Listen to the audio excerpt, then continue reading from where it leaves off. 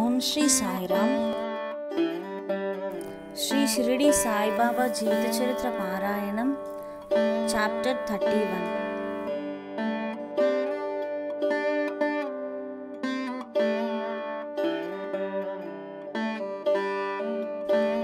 The passing away in Baba's presence of Sannyasi Vijayananda, Balaram Mankar, Nulkar, Megha, the tiger. In this chapter, Hemad Pant describes the passing away of certain devotees and a tiger in Baba's presence. Preliminary: the last wish or thoughts that a man has at the hour of death determines his future course. Sri Krishna has said in Gita that he who remembers me in his last moments comes verily to me, and he who meditates otherwise at that time goes to what he longs for.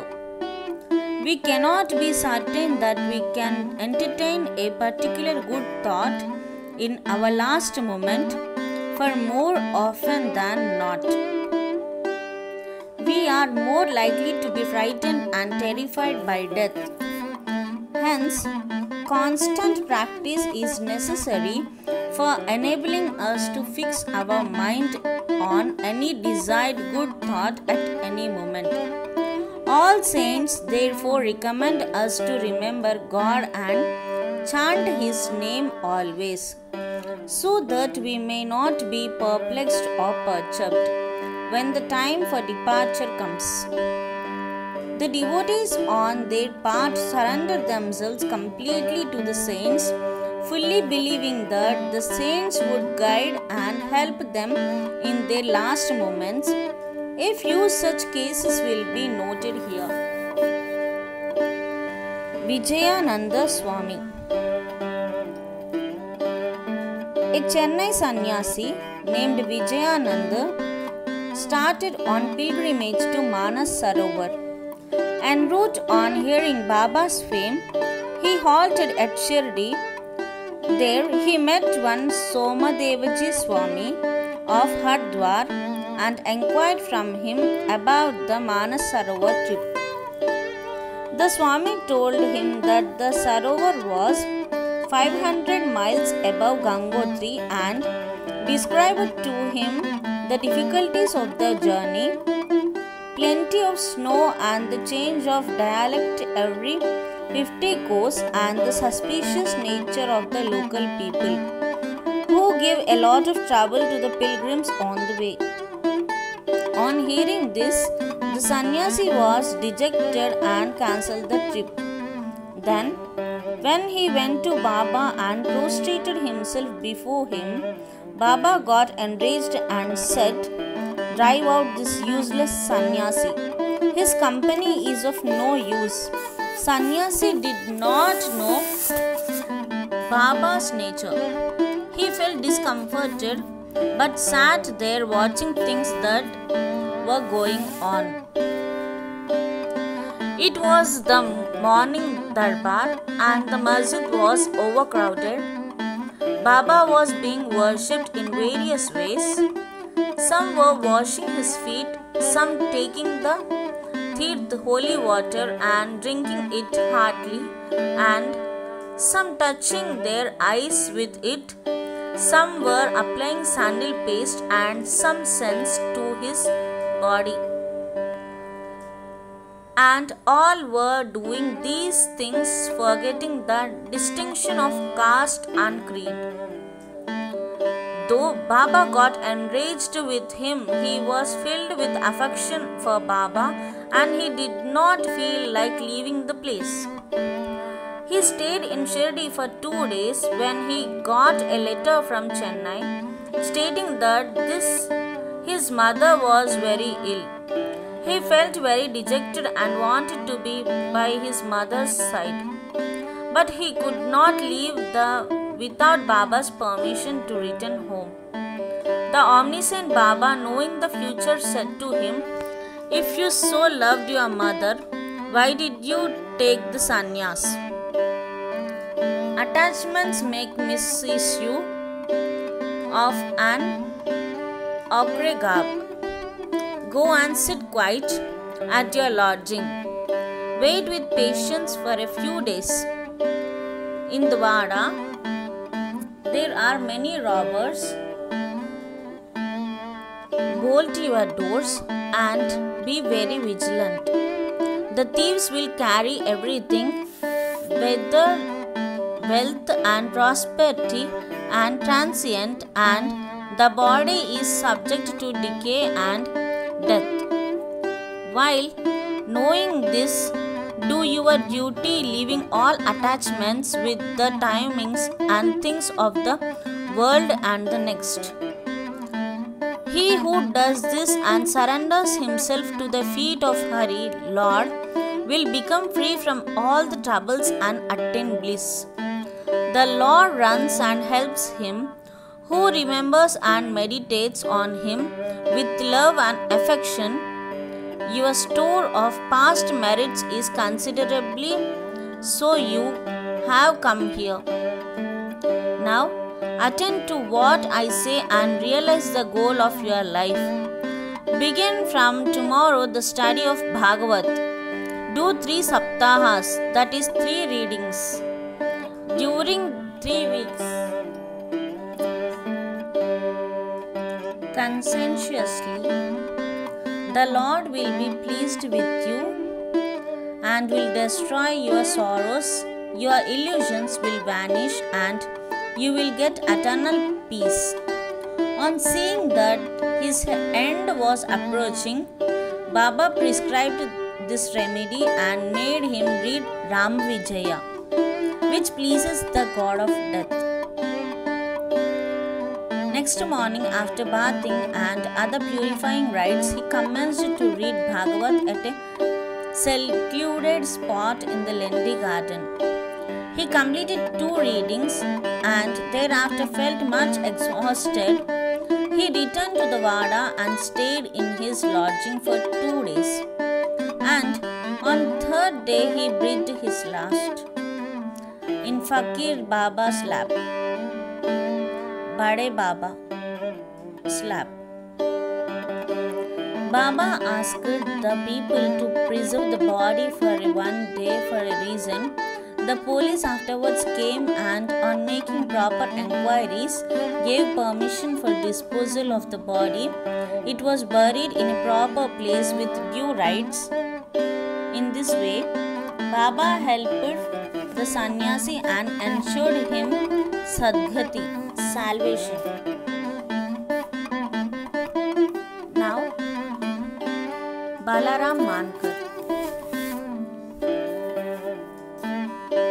There was a householder devotee of Baba by name Balaram Mankar. When his wife passed away, he got dejected and entrusted his household to his son, left home and came to Shirdi and lived with Baba. Being pleased with his devotion, Baba wanted to give a good turn to his life, and he did it in this way. He gave him ₹12 and asked him to go and live in Machindragarh, district Satara. Mankar was first unwilling to go and stay away from Baba, but Baba convinced him that he was giving the best course for him and asked him to practice meditation thrice a day in the Gad. On believing in Baba's words, Mankar went to the Gad. He was much pleased with the serenity, pure water, healthy air, and the surroundings of the place, and began to practice assiduously the meditations as recommended by Baba. After some days, he got a revelation. Generally, bhaktas get revelation in their samadhi or trance states, but in Mankar's case, he got it when he came down to his ordinary consciousness from his trance. Baba appeared to him in person Not only that Mankar saw him, but he also asked him why he was sent there. Baba replied, "In Shirdi, many thoughts and ideas began to rise in your mind, and I sent you here to bring your unsteady mind to rest. You thought that I was in Shirdi with a body composed of 5 elements and 3.5 cubits in length. Now you see and determine for yourself whether the person you see here now is the same you saw at Shirdi. It is for this reason that I sent you here." Then after the period was over, Mankar left the Gar and proceeded to his native place Bhandra. He wanted to travel by rail from Pune to Dadar, but when he went to the booking office to get a ticket, he found it very much crowded. He could not get his ticket soon, when a villager with a langoti, piece of cloth on his waist and kambali on his shoulder, turned up and said, "Where are you going?" "To Dadar," replied Mankar. Then he said, "Please take this Dadar ticket of mine.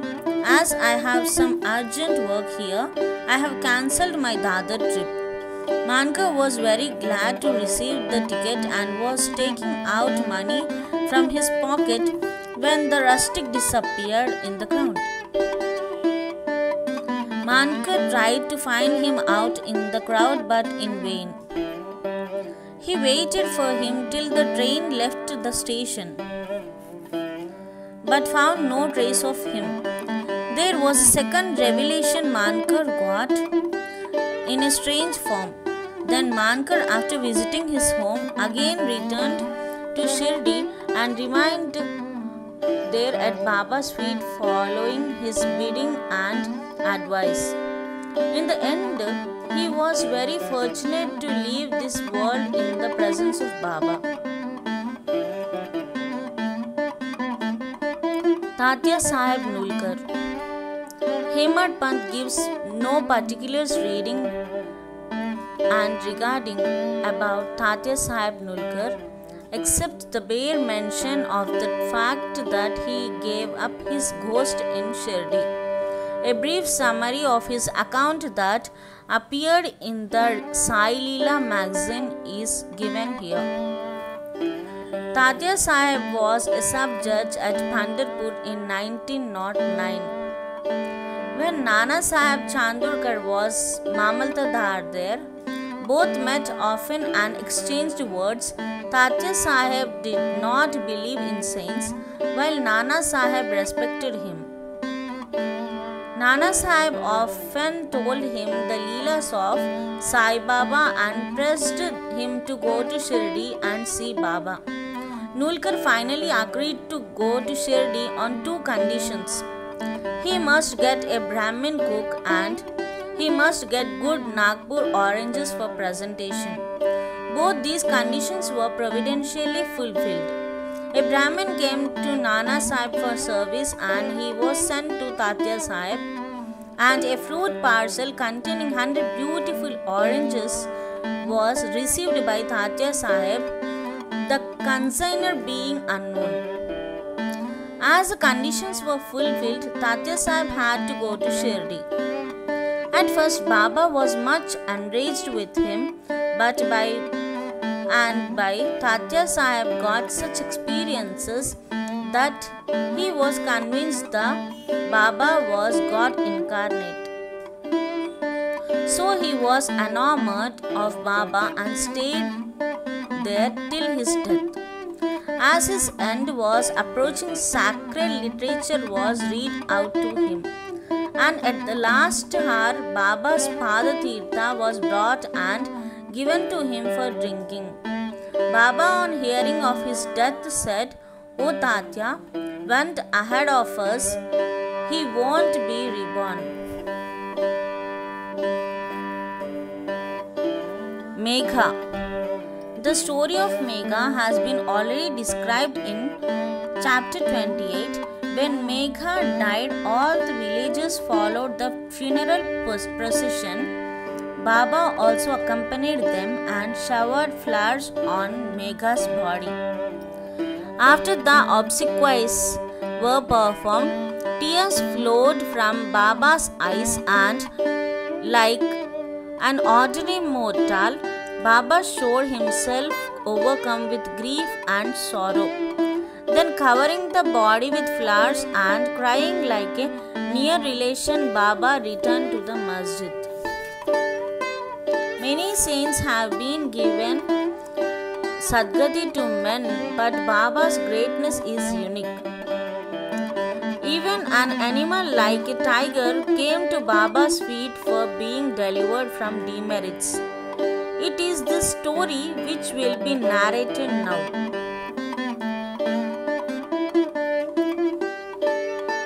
Tiger.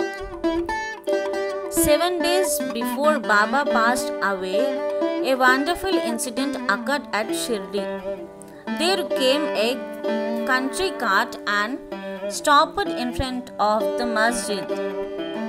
A tiger was on the cart, fastened with iron chains, with its agonized face turned to the rear. It was suffering from some painful malady. Its keepers, 3 dervishes, had been taking it from place to place and making money by exhibiting it. It was the means of their subsistence. They tried all sorts of remedies to cure it from the malady it was suffering from, but all in vain. Then they heard of Baba's fame and came to him with the animal. They got it down with chains in their hands and made it stand at the door. It was naturally fierce, besides being disease-ridden. So it was restless. The people began to look at it with fright and amazement. The dervishes told Baba everything about the animal and, with his consent, brought it before him.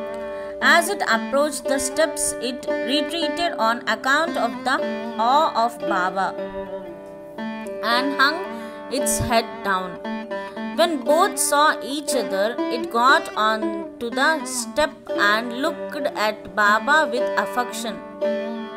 Immediately it moved to the tuft of its tail and dashed it thrice against the ground, and then fell down senseless. On seeing it dead, the dervishes were much dejected and full of sorrow, but on proper thought they came to terms with it.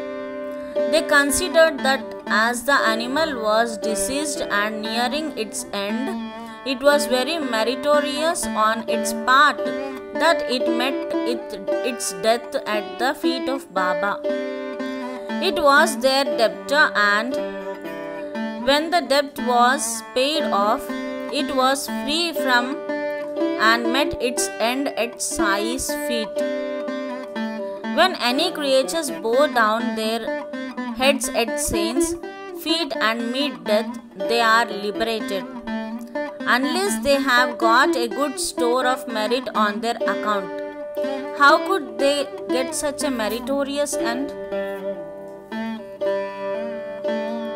Bow to Sri Sai, peace be to all.